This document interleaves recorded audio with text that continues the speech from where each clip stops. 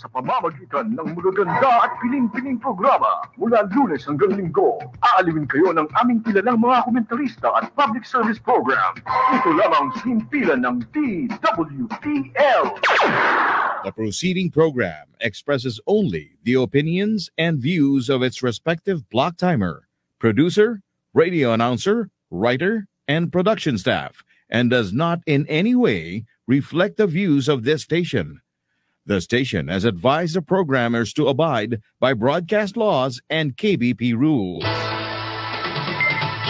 Every Saturday, from 1 to 2 p.m., let's all listen to your TDJ Perez, the professional, safety, and skill on air. All About Safety is brought to you by JLF Projects International Inc. Experienced and skilled people handling your sensitive and expensive machinery. They do rigging, lifting, plating, and transport your equipment safe and economical. If you think safety is expensive, try an accident. Or you could call on them at j.ferrer@jlftransport.com.ph or 0917-862-4995.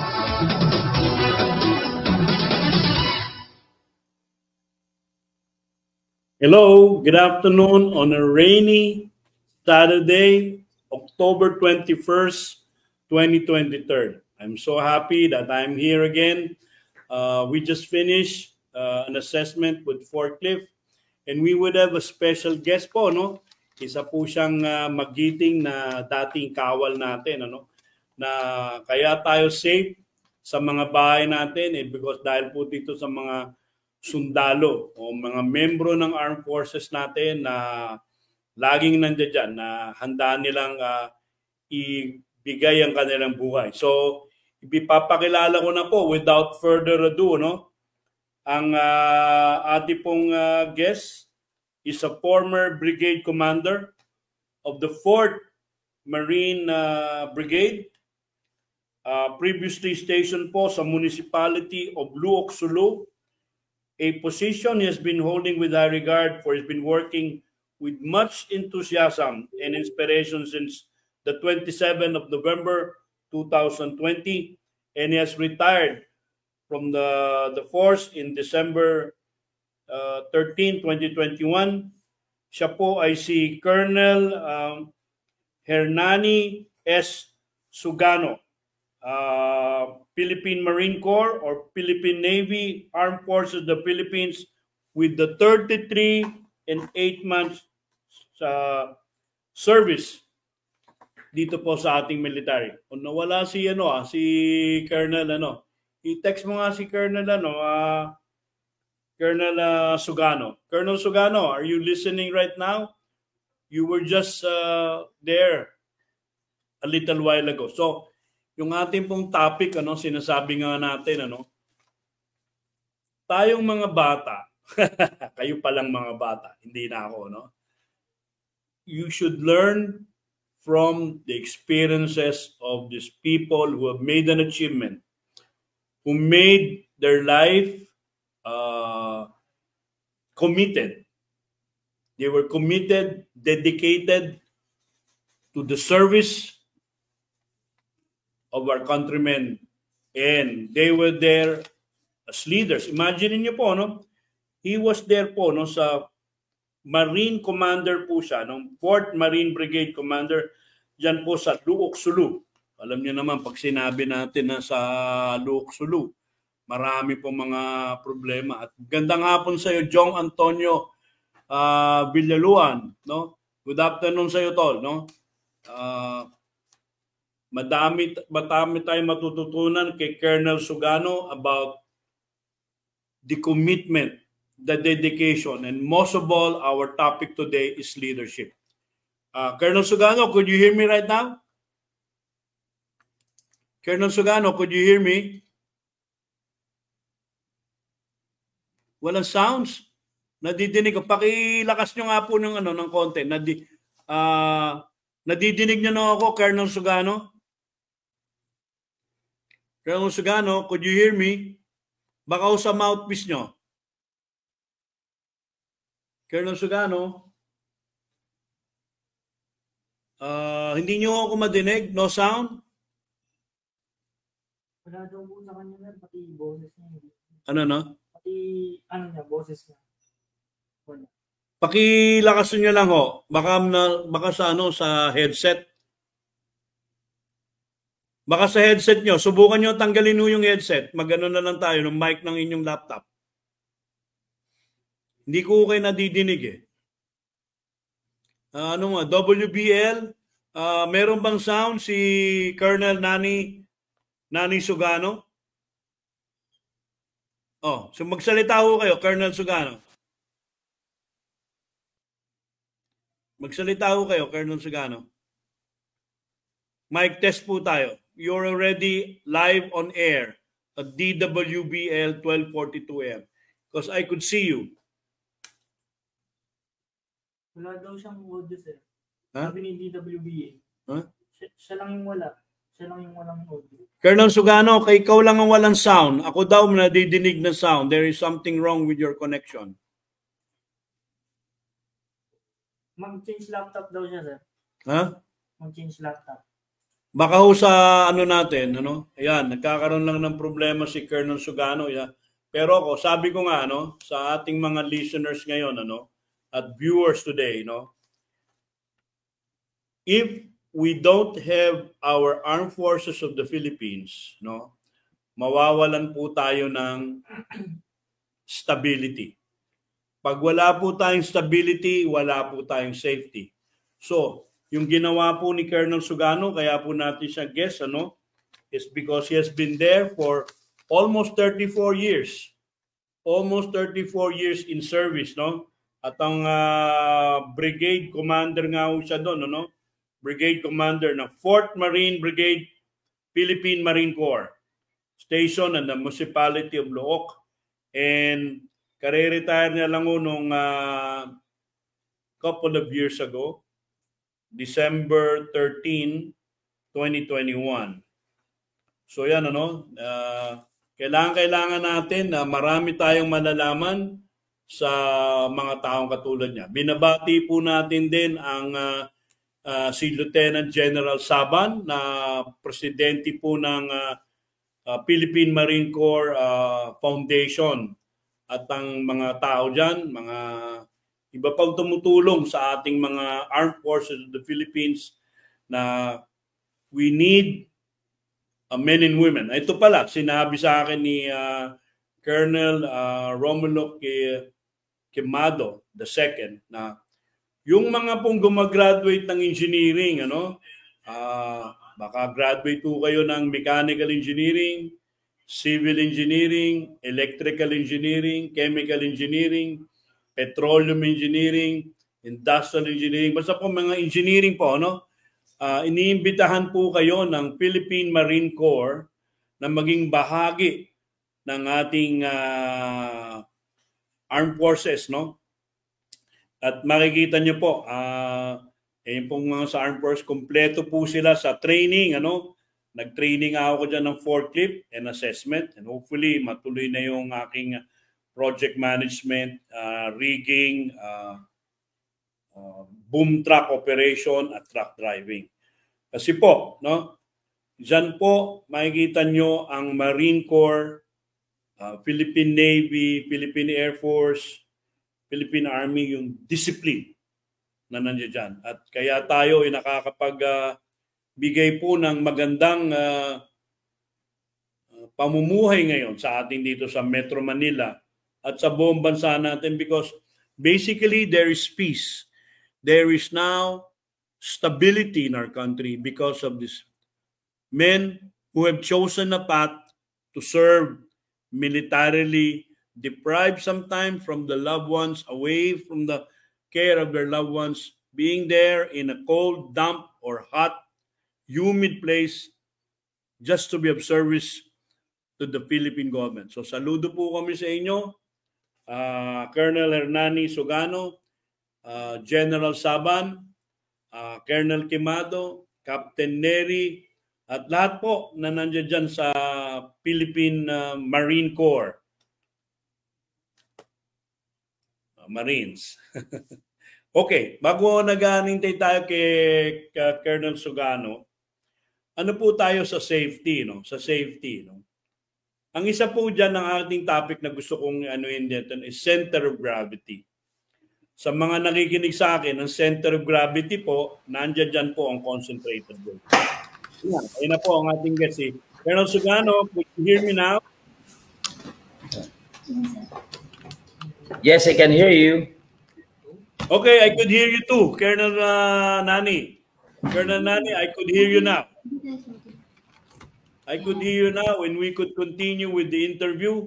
At Okay. maraming salamat po at pinag-unakan nyo. So, take two ulit. Iano natin para sa ating YouTube. Mamaya, i-cut mo na lang yung walang sound. Magsisimula tayo sa may sound natin. Okay. Ang ating pong guest is a former brigade commander of the 4th Marine Brigade, Philippine Marines, stationed before in Luok Sulu, a position he has held there, where he has been working po since 2020 and until his retirement in December 13, 2021, Colonel Sugano has faithfully served our Philippine Armed Forces, Philippine Navy, or the Marine Corps, Philippine Navy, Armed Forces of the Philippines for 33 years and 8 months. So tignan niyo po yung dedication, commitment. At sabi ko nga, pag wala po ang ating mga kasunduluhan, wala tayong stability sa ating bansa. And with them, tayo ay safe. Colonel Nani, magandang hapon po. Magandang hapon po. Good afternoon. Good afternoon po sa lahat. And sorry for the delay. Okay. Ang tanong po lang namin, para alam niyo naman, maraming nakikinig sa akin, sinabi niyo, may mga nakikinig po sa akin sa Pangasinan, sa abroad, mga bata po sila. Meron nga nakikinig sa atin, mga tiga Cavite State University, no? Mga civil engineers, no? They're still graduating. Kayo bakit po kayo sumama sa ating Armed Forces of the Philippines? Bakit ano naging turning point at kayo po ay naglingkod sa ating bayan? Actually, when I was young, I grew up in the medyo magulong lugar in Cotabato. Okay. So, doon ko nakikita yung mga in 1970s. Maliit, I was 6 years old. Pinasok ng rebelde yung lugar namin. And then nakita ko yung mga tao naghihirap, parang nare-relate ko ngayon sa mga nag-evacuate yung experience namin during the time. So, palaki ako when I was elementary, and then I joined the Boy Scouts. During high school, I joined nag-CAT ako. Sumama ako sa mga nag-advance CAT, tawag doon, Citizen Army Training, Youth Development Training, kasi during that time, mayroong mga ganyan. Unlike ngayon, wala na ata. And then, nung college ako, nag-ROTC ako. But when I was a high school, graduating ako, I took the entrance examination to join to enter the Philippine Military Academy kasi parang namulat ako na maging sundalo.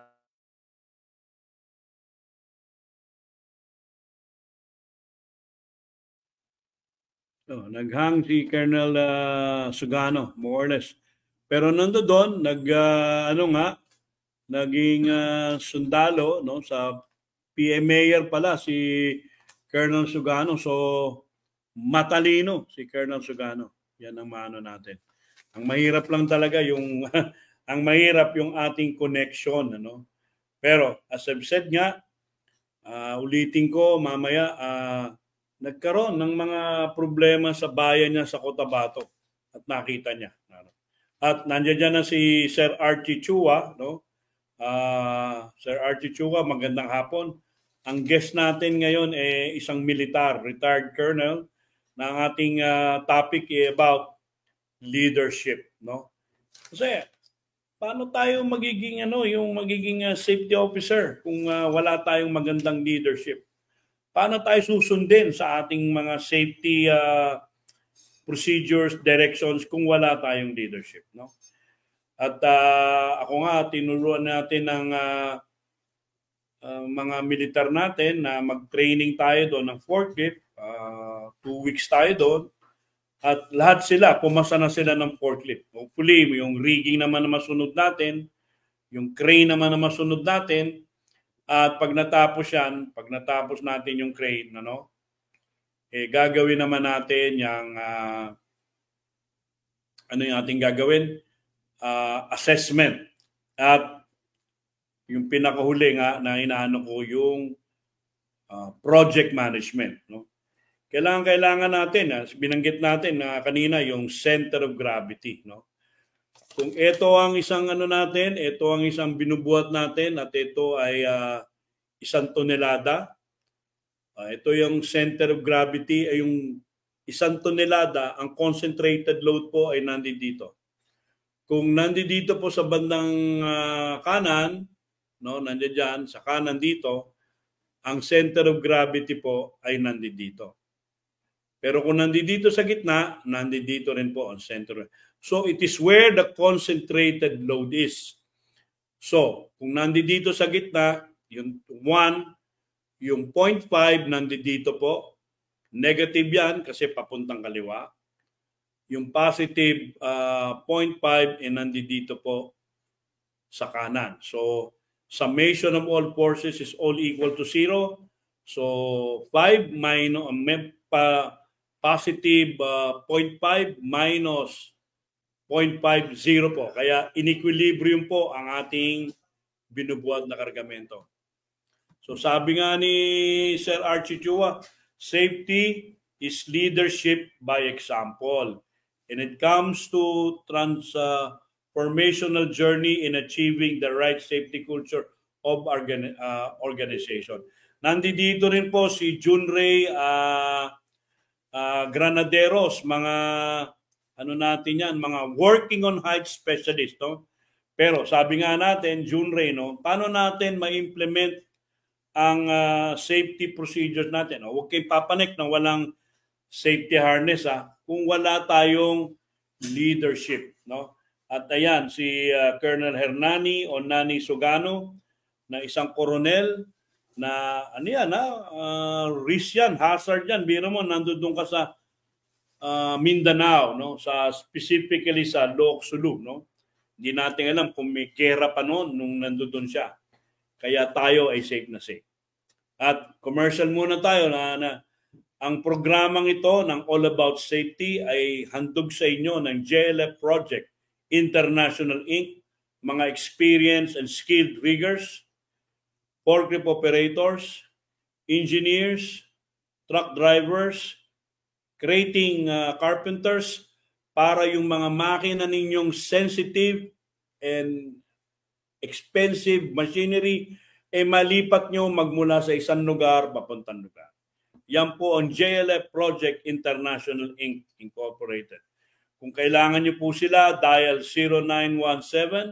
0917-862-4995, 0917-558-3197. Ayan na. Andyan na po si Colonel Nani Sugano. Colonel Nani, ito lang nakikinig po sa atin si Engineer Archie Chua, na formerly of Philippine Shell, At si Junray Granado, sila naman po yung ng mga mga windmill. So, Colonel Nani, nandun kayo. Paano niyo ba pinapasunod yung mga tao niyo, yung leadership niyo? Ano ba ang meaning sa inyo? Ano bang binigay sa inyo description ng leadership? Kasi topic natin po ngayon leadership. Wala na naman. But anyways, ganyan talaga po ngayon sa ating virtual connection. Itutuloy natin, pag ang center of gravity po ay nandito sa gitna, bubuhatin niyo po siya, lalagay mo siya ng mga sling dito sa kabila, kung crane po. Ngayon, kung forklift naman po, igigitnaan niyo po yung ating nandito po kasi yung center of gravity, mabubuhat po natin at hindi mahuhulog po. Yan po ang mga principle kung bakit po kailangan natin ng center of gravity. Ayan. Colonel Nani, okay na po inyong internet?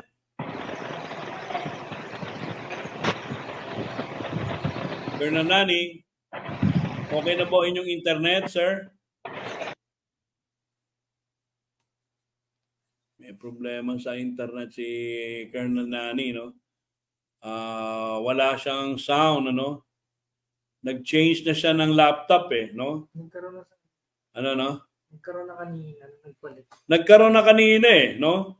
Yan ang mga problema, no? Pangalawa ngayon, na ano natin, no? Yung mga sa pag-rigging po, kailangan po, pag ni-rig nyo yung inyong mga kargamento, katulad ng mga dati kong sinabi sa mga ibang estudyante, kailangan po ang sling nyo pantay-pantay. Para distributed po yung mga load ninyo doon sa sling, no? Ano ang mga klaseng rigging techniques, no? Pwede kong sabihin sa nakikinig sa akin, ang inyong mga rigging techniques po, kailangan gawin. Number 1, yung vertical pull o straight pull. Yan po. Yan ang unang-unang hinge, winch, or rigging technique. Pangalawa po, yung choker. Yung parang isasakal mo siya, iikot mo yan, at lalagyan mo. Sa difference ng straight pull at ng choker, yung pong vertical pull, kung 2 tons po, yung nando doon, yung sling na yon 2 tons, pwede nyo siya hanggang 2 tons. Yun ang kanyang working load limit. Pag naman po, yung choker kayo, nawawalan po ng 20% ang naka-choker. So, ang kaya nyo nang buhatin, kung 1 ton yan, nawawalan ng 20%, so 800 kilos po inyong po pwedeng buhatin. Pagdating naman po sa third rigging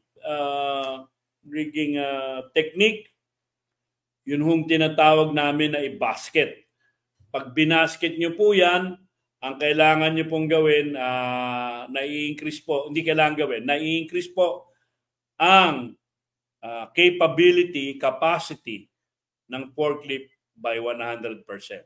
So kung 1 ton yun na sling, ibinasket nyo po dito, itinalin yung gano'n, nakabasket, magiging 2 tons na po ang capability. Ngayon, ano po yung huling-huli? Yung mga bridle po na tinatag natin, bridle technique, multiple sling, if it's 2 or 3 or 4. Meron na kaya, sir? Hello. Hello, yan. Nadinig ko na kayo, sir. Ay, naputol yung internet dito. May nagsabutahe. Ganyan lang po talaga. Pero as I've said, nandiyan dyan. Nakikinig din po ngayon ng isang safety manager, si Jeffrey Abu Escalona. Yan po ang mga nakikinig sa atin ngayon, mga engineers at mga So sir, leadership ang ating topic. Paano mo napapasunod ang iyong mga tao dahil sa meron kang magagawa? Paano ba maging leader? Alam mo, sa leadership, meron nga tayong kasabihan sa leadership. If you'll be an effective leader, kailangan kang maging good follower ka. You will set your example, yourself as an example kung ikay leader. Do not give any mission or instruction or any kung anong papagawa mo na hindi mo rin kayang gawin. Kailangan, you always set yourself an example as a model na kailangan sundin ka ng tao mo. So, yan ang nakikita ko for more than 3 decades in the service, lalo na sa military. You will be a leader ng different unit from the smallest unit to the bigger unit. So, as per experience, kasi sa military organization, which is a very dynamic organization, is composed of different people, different culture, different attitude. So it's very malaki ang challenge. How would you convince them to follow you? So, may mga dahilan kung paano kang sundin. Of course, number 1 doon is yung sabi ko kanina, setting yourself an example. Kailangan yung respect. And then, yung tinatawag nilang discipline. Lahat-lahat yan, empathy. So, you must know how, you must feel kung anong nag-feel ng tao mo. But, ito lahat, in a military organization, mayroon kaming tinatawag na combat leadership, and pag dito ka lang sa garrison, mga leading the office. So, mamimit mo ang ibang tao. And you will be leading yung mga taong, lalo na sa sundalo, mayroong officer, mataas ang pinag-aralan, mayroong mga enlisted men na high school graduate, but may mga ability sila, may mga skills sila. So, paano mo pasundin yun? And the worst, mahirap pasundin kasi pag hindi mo pasundin, pag magalit sa'yo, bawat isa sa kanila may baril. So, paano mo i-manage dyan na magrespeto sa'yo? So, the leadership of the military is very dynamic, challenging. And then when I lead the other unit, like on offices, I've been a head of office of several times. It was headquarters Philippine Navy, the Marines. I was the naval adjutant of the Philippine Navy for more than 2 years. I was the Marine Corps admin and personnel o tinatawag nilang MC1. So, ibang larangan naman yon na pagdadala kasi sa opisina. Iba't ibang tao naman yon. Mayroon kang civilian employee na mataas ang pinag-aralan. Mayroon kang sundalo. So, very challenging. So, kaya nga sinasabi ko, siguro ang isang leader like military, hindi basta-bastang klaseng head of office ka kung talagang isi-succeed sa mga ibang unit. Pero experience talagang siguro, with my experience, yung ang tinatawag nilang a good follower. Ako kasi pag magbigay mission ng trabaho sa tao ko, like in the office, I make sure na tinututukan ko yan. I make sure na kaya ng tao kong pinapagawa. I make sure na kaya niyang gawin. So, and yung ginagawa nila, halimbawa, policy, I make sure that I know how to follow the policy that yung pinagawa ko. Nagawa ng panila na yung ikaw mismo, hindi ka magkasunod.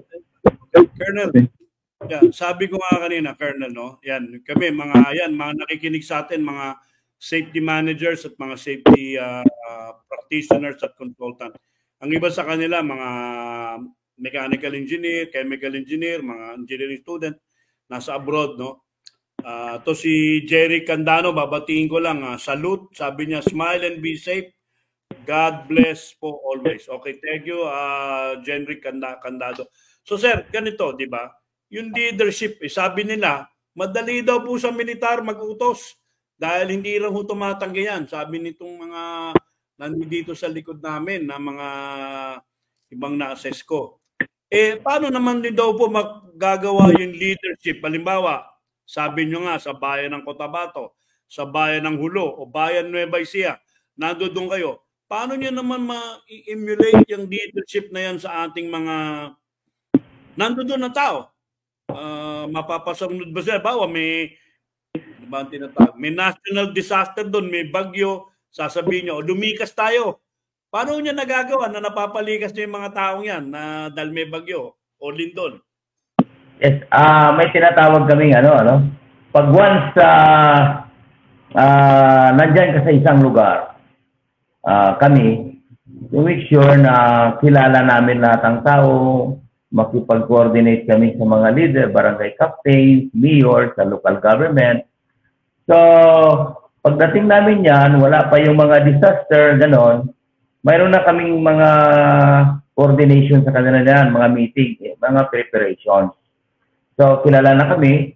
So, may mga ginagawa na kaming mga preparedness na kailangan pag ganitong disaster kung gawin natin, automatic yung mga tao na yan, na-organize namin sila. We organize them to LGU. Pag may disaster kung gawin natin, sumusunod sila. Kasi, kaya nga yung tinatawag ko sa leadership, isang pinaka-importante is respect. Respect. Pag dumating sa isang lugar, ang sinasabi ko sa aking mga tauhan lagi, huwag kayong siga-siga, huwag kayong matapang dito, huwag kayo ang siga dito sa lugar dahil kayo ay dayuhan dito. Kayo ay hindi you respect the people kasi tayo ay bisita dito. Respetuhin natin ang tao kung ano ang kanilang nandito tayo para tulungan sila. Hindi tayo para magdala ng gulo, manggulo, kundi tayo ay tutulong sa kanila. Tayo ang modelo ng disiplina dito sa lugar nila. Kaya di Marines, wherever kami hindi nadala, halos pag alis namin, ayaw kami paalisin ng tao na pamahal sa amin. Because, yun lang ang sikreto. The best civil military operation, the most effective is a soldier, a disciplined soldier. Pag hindi disiplina ang sundalo mo, mawala ang respeto ng civilian, hindi susunod sa iyo. So, isa ang pinakamaganda is disiplina. Ipakita mo sa kanilang nirespeto mo sila, disiplinado kayo. Lahat ng bagay, may disaster, susunod sa iyo yan. Kahit anong mangyari. O yun, respeto, respect, at wag doon sabihin doon na dahil tayo Archie Chua, Engineer Archie Chua, dahil tayo, June Ray, no? Huwag natin sabihin na tayo ang mga safety consultant. Tayo yung mga engineer. Kailangan tayo lead by good example. Respetuhin din natin yung mga trabahador natin, mga kasama natin sa construction na ito dapat natin gawin. Kaya yung ginawa ni Colonel Sugano, di ba? He was able to win their trust, their confidence. At nakikita nga yung leadership nga, sinabi niya kanina, by example, kasi disiplinado yung mga taong ito. No? Sabi ko nga kanina, hindi natin malaman, may gera ngayon doon ng Israel at Hamas. Pero tayo, wala tayong gera rito because yung ating mga kasunduluhan, they were able to pave the way for stability in Mindanao, in Bicol, in Negros, or even in Cagayan Valley, Ilocos, lahat yan. Meron tayong insurgency problem at saludo po kami, Colonel Sugano, sa inyong dedication na binigay na 33 years. May tanong po ako, doon sa 33 years nyo, ano hong experience ang hindi nyo makalimutan na nangyari po doon? Marami. When I'm leading the men in combat, yung combat leadership, ito ang pinaka-challenge na hindi ko makalimutan. And hindi naman sa pinagmamalaki ko, siguro I'm one of the Marine officers who've been more than 33 years, more than 3 decades in the service, na siguro kalahati ng ating serbisyo ay sa combat. And I've been awarded the second highest military award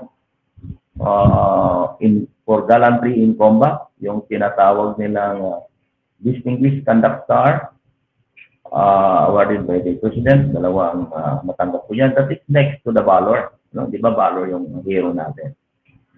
Because I was awarded that on several awards. Hindi ko naisip yung awards na yan. Hindi ko, when I joined the service, hindi ko alam yung mga award na yan. But nagulat lang ko, binigyan ako ng award niyan because of my dedication. One of those was when I was a company commander and I was into mayroong special election, hinaharas yung mga COMELEC, hinaharas yung dahil yung isang political opponent is nakipagsabuatan sa rebelde, gusto nila i-disrupt ang election. So, I was told to put an order in that area. Inampus ako. That was my first ambush in 1996. And oo. So, yan, isang hindi ko makalimutan. I led my men, wala akong nasugatang tao, mayroon kaming mga kasamahan na ibang forces na namatayan, nasugatan, but yung unit ko hindi nasugatan. Then the second was during the all-out war in Central Mindanao, during the time of President Iraq, I was the captain, was the operations officer of the Marine Battalion Landing Team 2, and one of the main efforts unit in napapasukin yung Camp Abu Bakar. Kami yung pinakauna doon.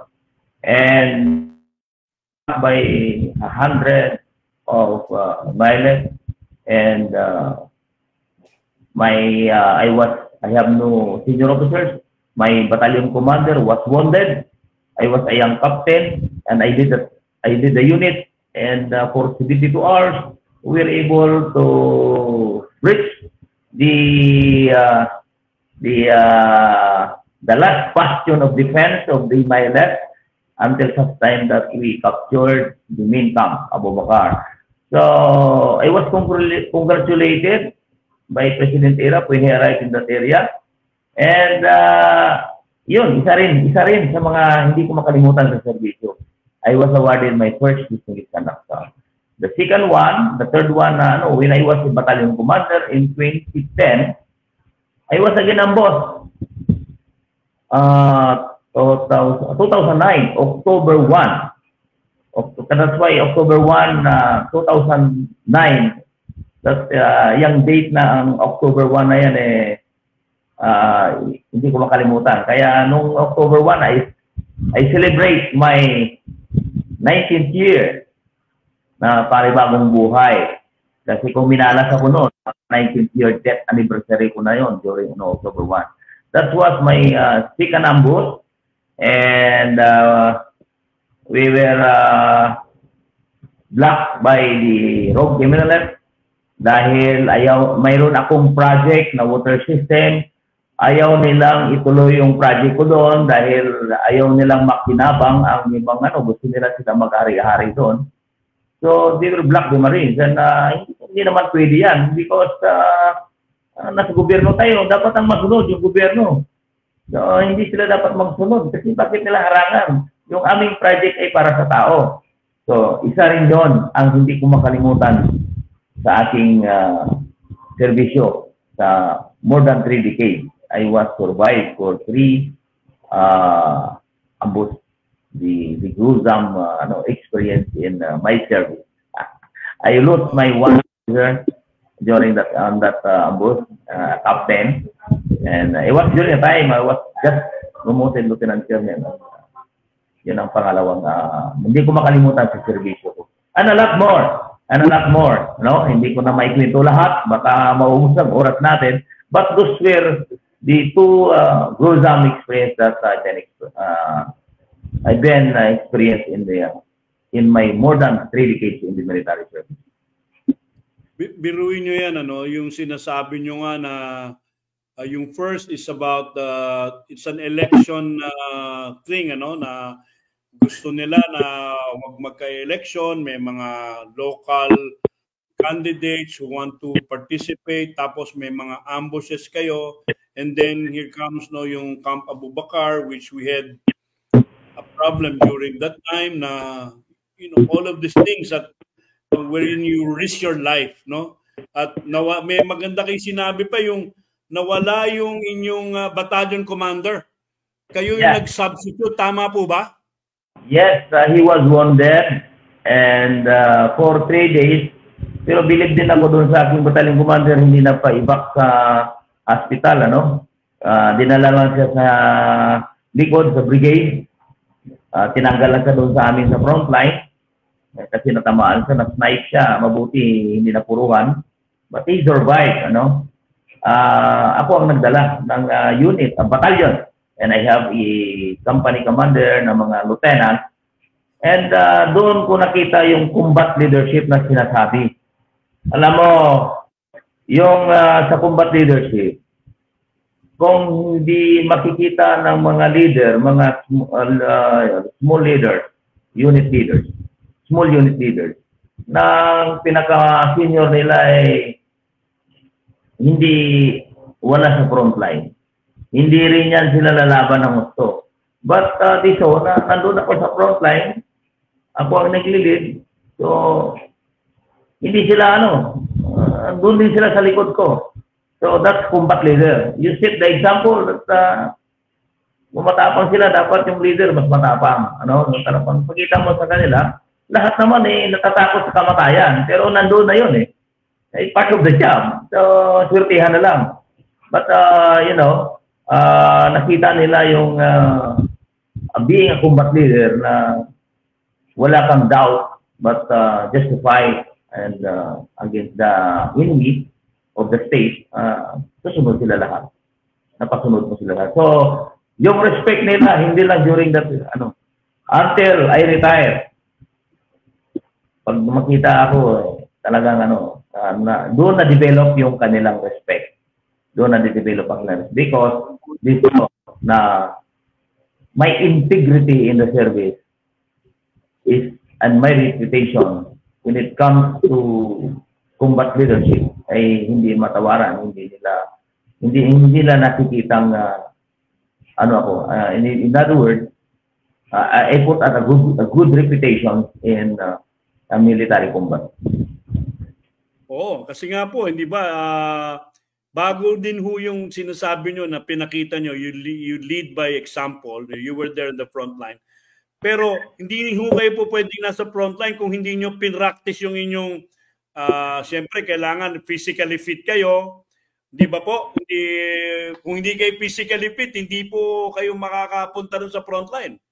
At kailangan marunong ho kayong bawa sa amin, kailangan marunong kami mag-operate ng crane, mag-operate ng forklift para marunong kami. So, kayo naman ho, ginawa nyo lahat yung talent nyo, yung skill niyo na tinuro ng military na magampanan nyo, no? At makumbinsin nyo yung inyong grupo na sabi nyo nga, hindi naman po pwede yan dahil ang gobyerno ang dapat na masunod, no? Yung dedication, yung commitment, doon nakuha nga At the best. Isa lang po may sasabihin po ako, no? So nag-training po ako ng mga kasamahan yon sa military, no? Na diyan, no? Philippine Marines, I've said. May mga babae akong tinuruan, no? Umuulan. Malakas na yung ulan So dito po kaming mga private people, itigil na namin. Pero yung dedication at commitment ng mga militar, tuloy pa rin. Kasi gusto nila matuto. At ito boss, pabayaan nyo lang ako, Colonel Sugano, ito pa gusto kong makasama sana sa mga natin kasi inaano nga ni Colonel Bim, no? Babatiin ko to si Engineer JP Batan, isa po siyang professional industrial engineer.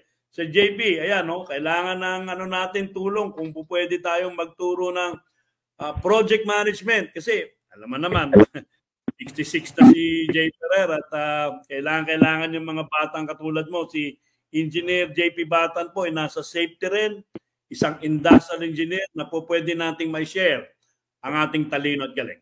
Balik po tayo doon sa pinag-usapan natin, di ba po, na kayo ba po, let's say, is it required po, limbawa ako, tinyente po ako, sabi nyo, PMA ho kayo, di ba? Galing kayo ng PMA, di ba po? No, I am a Naval ROTC graduate. Hindi ako natuloy. Ayaw ng magulang ko, magsundalo ako. So, sinundo ako. Binalik ako sa kumbinto kasi gusto nila magpare ako. But, hindi ako pwedeng magpare. Sabi ko, mag-aasawa ako. So, nag-take ako ng other courses. So, kaya nag-advance Naval ROTC ako. Yun ang stepping stone ko. And then, actually, 2 years ako sa serbisyo bago nalaman ng magulang ko na nasa Navy ako, nasa Marines ako. So yun, so sa ROTC. Ngayon, yung paglipat nyo na nasa military life niya, kayo ba ho talaga required kayong mag-push up, mag-barbell, mga ganun? Yung discipline ba po? Kasi kailangan daw ba yun? Kailangan magpalaki ng katawan? Because you cannot do your job kung hindi ka physically fit. Everything, nandyan lahat yan. Alam mo ba, dito sa amin, mayroon kaming team building sa civilian office kasi I manage na ngayon ng corporate. So, ay yung mga ko, nirequire ko yan sa team building. May mga physical kami, may laro kami. Because ay nakikita ko yan, lalo na sa serbisyo. And any other organization, kailangan natin, ang mga tao natin is physically fit. Bakit? Sinasabi nga nila, healthy body is a healthy mind. Ano? So, paano ka maging effective na leader sa isang organization na hindi mahina ang katawan mo, akyat ka sa forklift, hindi ka makaakyat, akyat ka sa hindi ka makaakyat. Paano? Self-awareness. Yung sarili mo, nakikita mo yan kung leader ka, self-awareness. Aware ka ba na humihina ka? Aware ka ba sa tao na mahina ang tao mo? So, kailangan yung leader physical conditioning. Yung courage mo, yung paano ka, yung respect, paano ka respetuhin? Uy, ito po na si boss ko, hindi makaakyat pala ito sa piloder, sa crane o sa So, kailangan natin physically fit. In any organization, hindi lang sa military. Until now, I'm engaged in nag-diving ako, scuba diving, I play golf, I play basketball, I run. Kaninang umaga, naka 7.8 kilometers ako with, So, ganun. At my age, kailangan ko continue yung physical appearance ko. I could not imagine if all of these activities na sabihin sa inyo ng misis nyo na, retired ka na, tumigil ka naman. Jogging ng jogging, wala ka na nga sa serbisyo. Pahinga ka naman. Hindi ba nasasabi sa inyo ng commander mo yan? Nagsabi na, sabi niya, retired ka pa na ipatakbo mo. And then, retired ka na, Marines, yung iba, ang haba-haba na buhok, ikaw yung gupit mo, Marines pa rin. Sabi ko, sanay na ako. Paano ka respetuhin yung personal appearance mo, yung bearing mo, hindi maayos? How could you expect the respect from your men? Kung yung appearance mo, hindi ka man lang makaayos ng sarili mo, paano ka respetuhin? What kind of leader you are? So, kailangan talaga, appearance mo, personal yung sinasabi nilang tawag nito, yung integrity mo being a leader, nandiyan, physicality, yung pananamit mo, everything. Yeah, the best Kaya nga talaga, nung sinabi ko kay Tina na kung talagang mag-guest kayo, kasi kailangan mo natin ng mga taong katulad nyo for us na nasa private life to imitate yung ganyan, yung haircut ninyo, Marines pa rin because of your commitment nga, yung inyong dedication dyan sa inyong ginagampanan. Tsaka, matanong ka naman po ngayon, ano naman po after retirement? Are you involved in any civic organization? Kayo ba ho, member ng isang foundation? Yes. I'm, because I am involved in other organizations, bago ako pumasok dito as general manager ng aming security agency, mga sundalo pa rin ang hawak ko, civilian. Yung mga civilian namin na binaiwas sa general manager, ang mga civilian namin dito na mga security, minamala sa akin pag hindi maayos ang appearance sa bukid. Dapat sabi ko, you have good appearance. Paano yung mga tao dito kung hindi kayo mag-ayos mga ginuporme dyan? Kailangan gano'n. So, involved ako sa mga organization because sa Metrobank Foundation, involved ako sa mga kasi I am the awardee of Metrobank Foundation as the Outstanding Soldier in 2005. And 2019, I was awarded again by the Metrobank Foundation and the Rotary Club of Makati as the award for continuing excellence in service. Those awards is given by the Metrobank Foundation doon sa mga former top, yung tawag namin top soldier. Outstanding Philippine soldier. I was awarded in 2006 by President Macapagal Arroyo. So, every year meron kaming awardee, ang tinatawag namin yung Outstanding Filipino. Now, I am involved doon sa kanilang mga civil military operations. Sumasama ako, support doon sa Rotary, support doon sa foundation. Kaya, that's voluntary.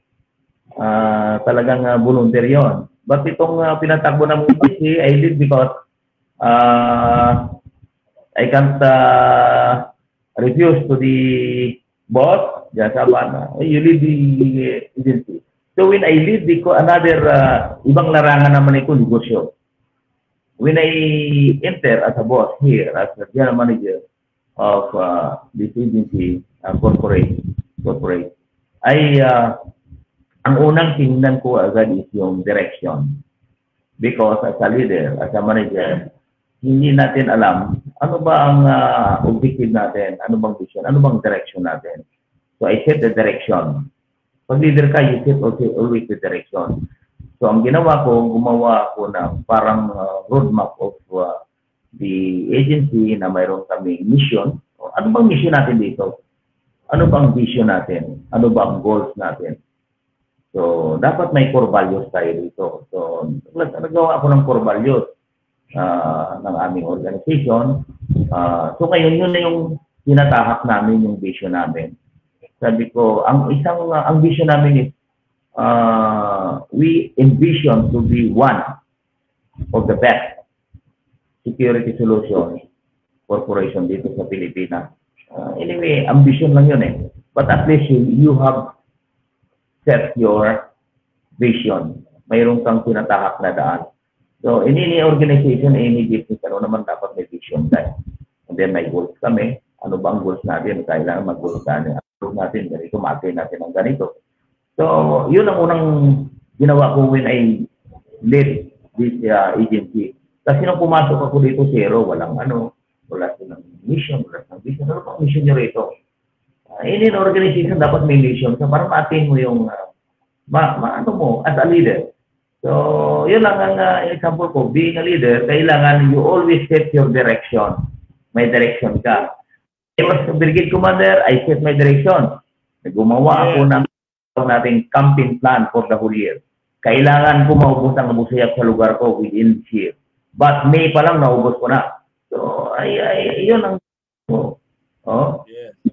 direction in any organization as a leader. Yes, sir. Yes, sir. Kaya may binanggit ka ngayon na parang magpinsan tayo kasi meron pala ikaw na security agency and safety. Pinsan niya yung security. Walang pag walang security, walang safety. Pagka napasok yung planta, nanakawan yung planta, walang safety yun. Kapag mga nasira doon, walang safety doon. So, yan siguro mga November o mga darating magkaroon tayo ng part 2. Ma-explain mo yan yung another area naman ng security. Because as I've said, walang stability, walang security. Diba? Correct. Paano ka makakapagtrabaho kung nanakaw lahat yung laptop namin doon sa loob? Hindi kami makakapag-email. Hindi tayo makakagawa ng quotation. So, tamang-tama yung mga natin at sabi nga natin, yung mga discipline na tao, yung ginagawa mo na jogging to keep yourself fit. Kaya, on the go ka So, ito ngayon, yung mga nakikinig sa atin mga engineers, kailangan tayo din, mga sir, kailangan ng mga, pag nakita mo yung mga militar, lalaki ng panigan, si Colonel Bimbo, ganito ko lapad yung di ba? At saka nga pala, yung matigas na matigas pa rin si General Saban, di ba? Alam mo, I remember na panood ko yun si General Saban sa isang, hindi ko alam kung Singaporean channel o American channel nung kasagsagan ng mga abusayap.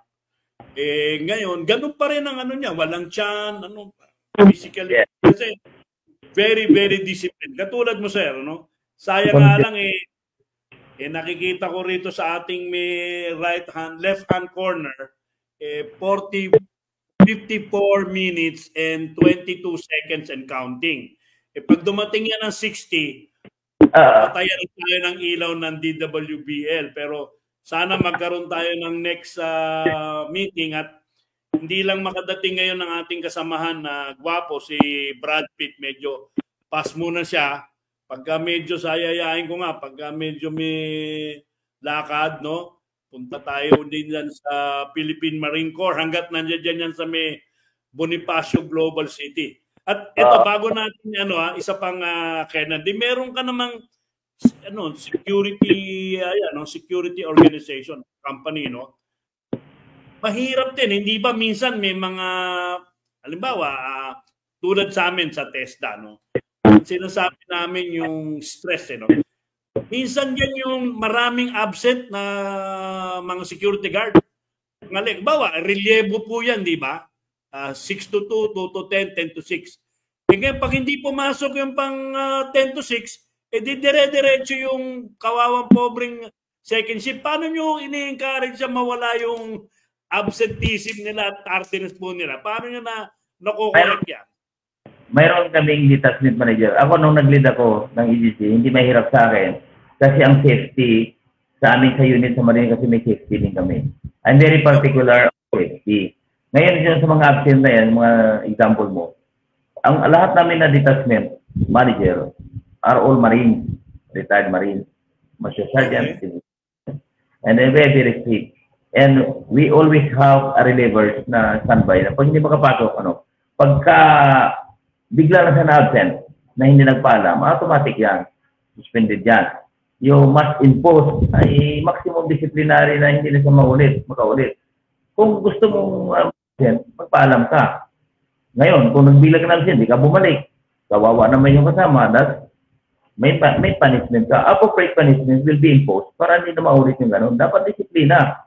Susunod ka doon. Bakit ka nag-absent? Wala kang paalam na hindi ka babalik. Kawawa naman yung So, kailangan ma-impose yung tayo dyan, yung tawag na consistent tayo to impose discipline doon sa mga kanyang tao para hindi mangyayari yung mga ganyan.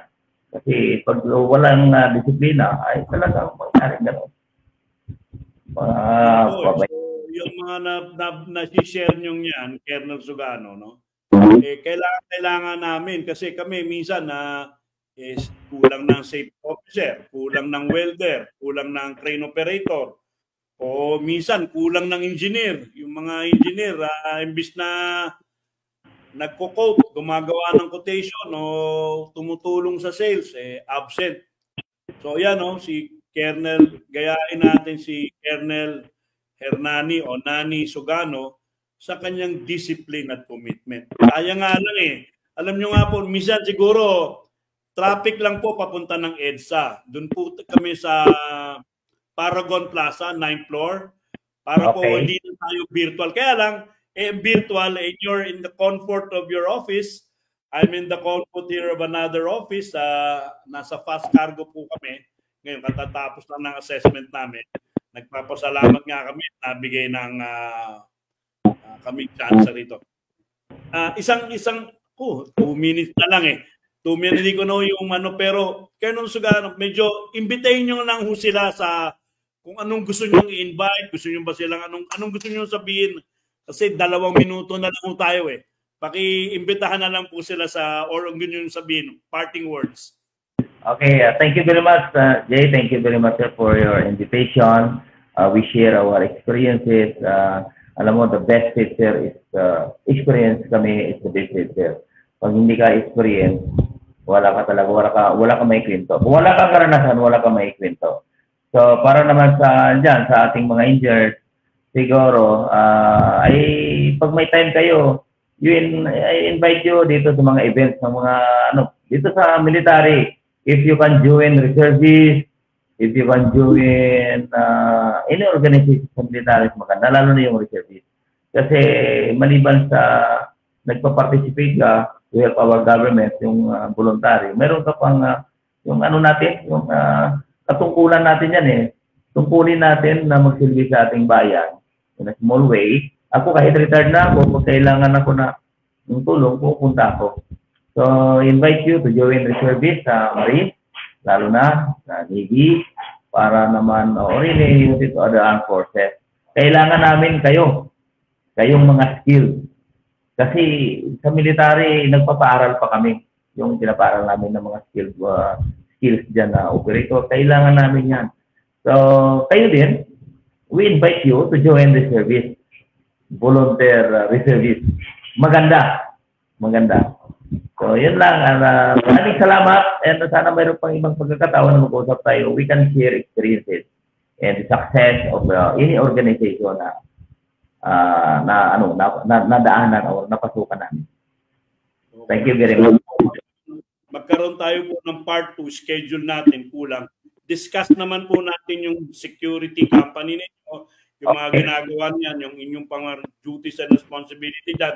Papating ko nga kay Engineer JP Batan, nagtuturo ka sa isang university dyan sa Batangas, yung mga civil engineers, mechanical engineers, electrical engineers, petroleum engineers, o ano man siya, no? Industrial engineers, geodetic, mga nangangailangan ng ating militar ng mga tulong.